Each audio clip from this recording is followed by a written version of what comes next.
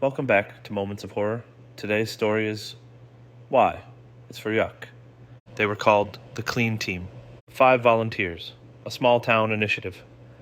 Every fall, they were tasked with cleaning out abandoned properties before the winter freeze. Rotting cabins, dusty storage units, boarded up basements, places that smelled like mildew and memories. This year, they were assigned house 309. No one remembered who'd owned it. Deed records were smudged. The neighbors said it had just always been there, tilted, shaded, shrinking in on itself. The kind of place kids dared each other to touch but never enter. But the clean team had their checklist, so they went in. Mason, the team lead, was the first to comment on the smell. Not just old house smell, not just dust. This was wet, rotten, like something left to stew. You ever smelled a compost bin that breathes? He joked.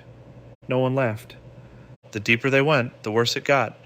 Slimy wallpaper peeled off in curls. The air was thick, warm. The wood beneath their boots creaked in a way that felt alive. And then there was the kitchen. That's where they found the refrigerator. It was duct taped shut. 3 thick black straps stretched tight as if holding something in. The youngest volunteer, Nikki, grabbed her phone.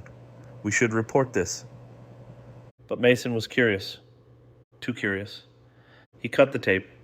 The door hissed open, and from inside spilled the most revolting stench any of them had ever encountered.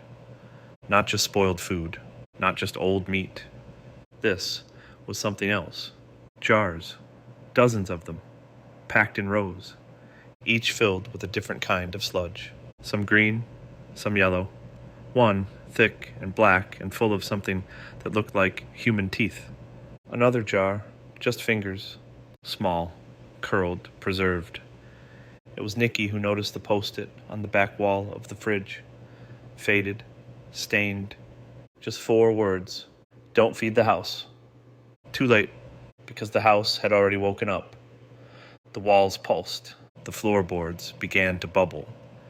And from the ceiling, thick ropes of something began to drip. Mason ran for the door. It slammed shut.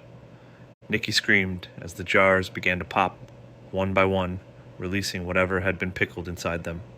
They oozed across the tile, slithered between their feet, wrapping around ankles, reaching for mouths.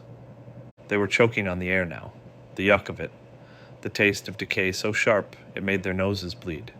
3 of them mudded out. 2 did not. But the real horror? The house looked cleaner afterward, as if it had been waiting. And now it waits again. For the next crew, the next checklist, the next set of curious hands. So if you're ever part of a town cleanup, and you find a house where the floors squish and the fridge hisses, don't open it. Not everything that smells yuck is rotting. Some things are ripening. Thanks for listening.